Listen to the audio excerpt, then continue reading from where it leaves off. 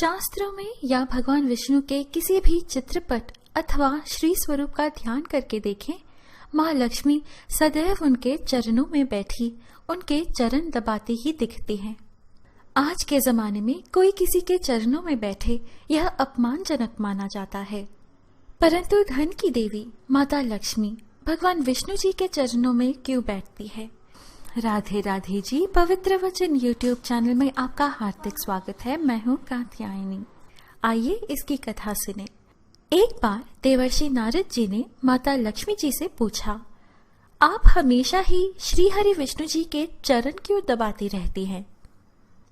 तो माता लक्ष्मी जी ने कहा, ग्रहों के प्रभाव से कोई अछूता नहीं रहता, वह चाहे मनुष्य हो या फिर देवी देवता। किसी भी महिला के हाथ में देव गुरु बृहस्पति वास करते हैं और पुरुष के पैरों में दानव गुरु शुक्राचार्य।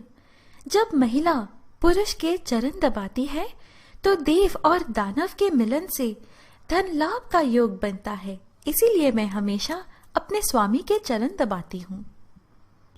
इसलिए माता लक्ष्मी सभी के कल्याण का भाव रखते हुए भगवान विष्णु जी के चरण दबाती रहती है।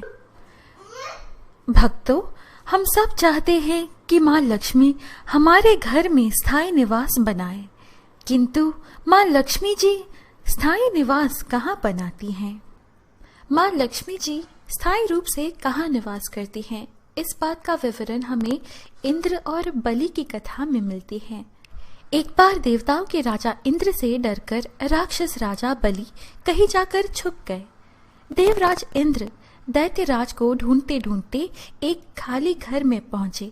वहां राजा बलि गधे के रूप में छुपे हुए थे। दोनों की आपस में बातचीत होने लगी।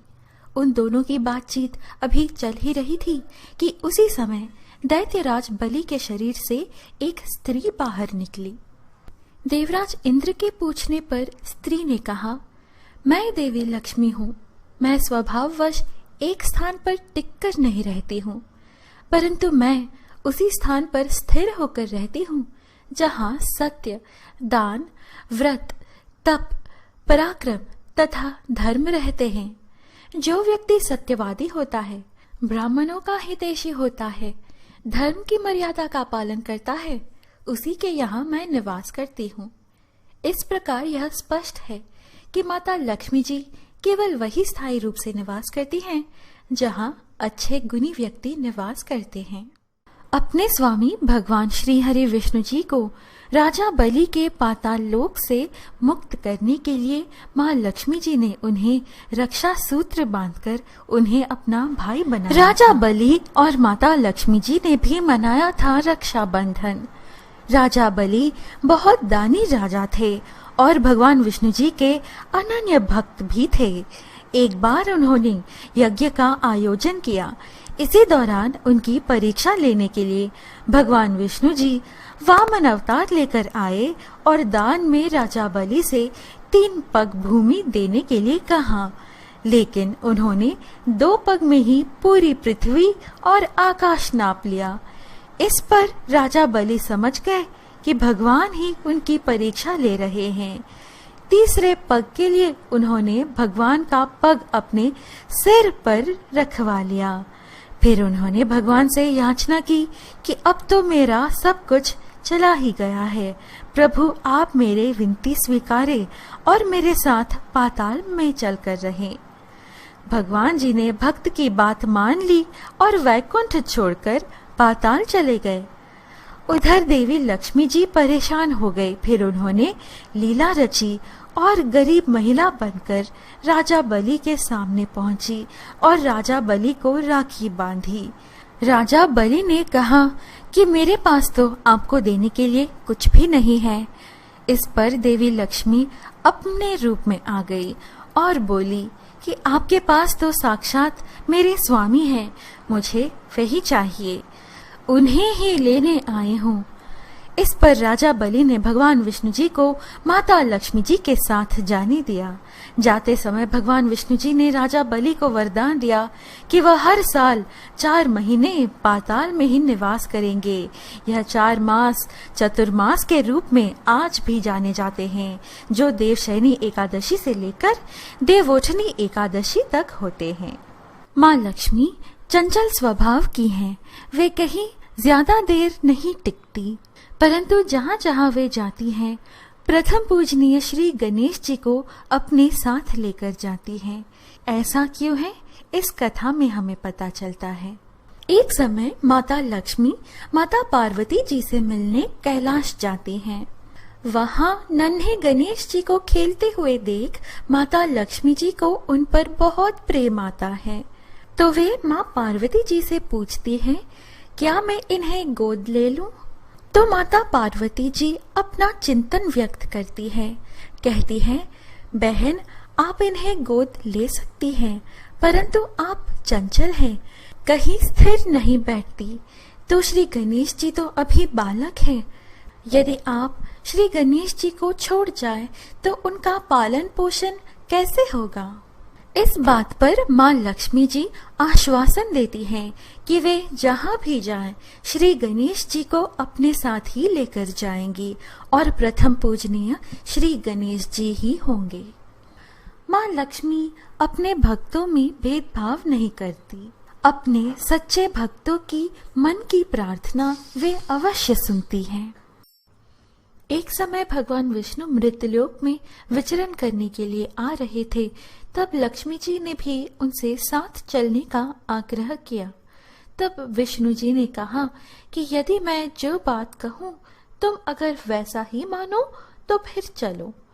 तब लक्ष्मी जी उनकी बात मान गई और भगवान विष्णु जी के साथ भूमंडल पर आ गई।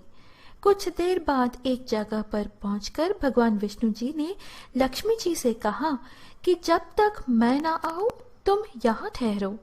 मैं दक्षिण दिशा की ओर जा रहा हूँ, तुम उधर मत आना। विष्णु जी के जाने पर लक्ष्मी जी के मन में कौतूहल जागा कि आखिर दक्षिण दिशा में ऐसा क्या रहस्य है जो मुझे मना किया गया है, और भगवान स्वयं चले गए। लक्ष्मी जी से रहा ना गया और जैसे ही भगवान आगे बढ़े लक्ष्मी जी भी पीछे पीछे चल पड़ी। कुछ ही आगे जाने पर उन्हें सरसों का एक खेत दिखाई दिया जिसमें खूब फूल लगे थे। सरसों की शोभा देखकर वह मंत्र मुग्ध हो गई और फूल तोड़कर अपना श्रृंगार करने के बाद आगे बढ़ी। आगे जाने पर एक गन्ने के खेत से लक्ष्मी जी गन्ने तोड़कर रस चूसने लगी। उसी क्षण विष्णु जी आए और यह देख लक्ष्मी जी पर नाराज होकर उन्हें शाप दे दिया कि मैंने तुम्हें इधर आने को मना किया था, पर तुम ना मानी और किसान की चोरी का अपराध भी कर बैठी। अब तुम इस अपराध के जुर्म में किसान की 12 वर्ष तक सेवा करो। ऐसा कहकर भगवान उन्हें छोड़कर क्षीर सागर चले गए। तब लक्ष्मी जी उस गरीब किसान के घर रहने लगी। एक दिन लक्ष्मी जी ने उस किसान की पत्नी से कहा कि तुम स्नान कर पहले मेरी बनाई गई इस देवी लक्ष्मी का पूजन करो, फिर रसोई बनाना, तब तुम जो मांगोगी मिलेगा। किसान की पत्नी ने ऐसा ही किया। पूजा के प्रभाव और लक्ष्मी जी की कृपा से किसान का घर दूसरे ही दिन अन्न से, धन से, रत्न स्वर्ण आदि से भर गया। लक्ष्मी जी ने किसान को धन धान्य से पूर्ण कर दिया। किसान के 12 वर्ष बड़े आनंद से कट गए। फिर 12 वर्ष के बाद लक्ष्मी जी जाने के लिए तैयार हुई।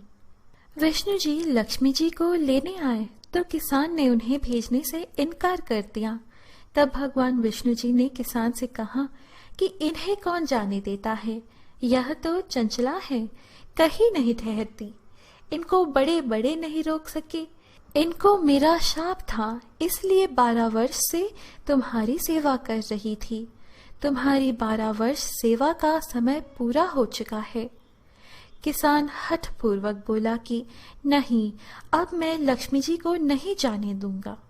तब लक्ष्मी जी ने कहा कि हे किसान, तुम मुझे रोकना चाहते हो तो जो मैं कहूँ वैसा करो।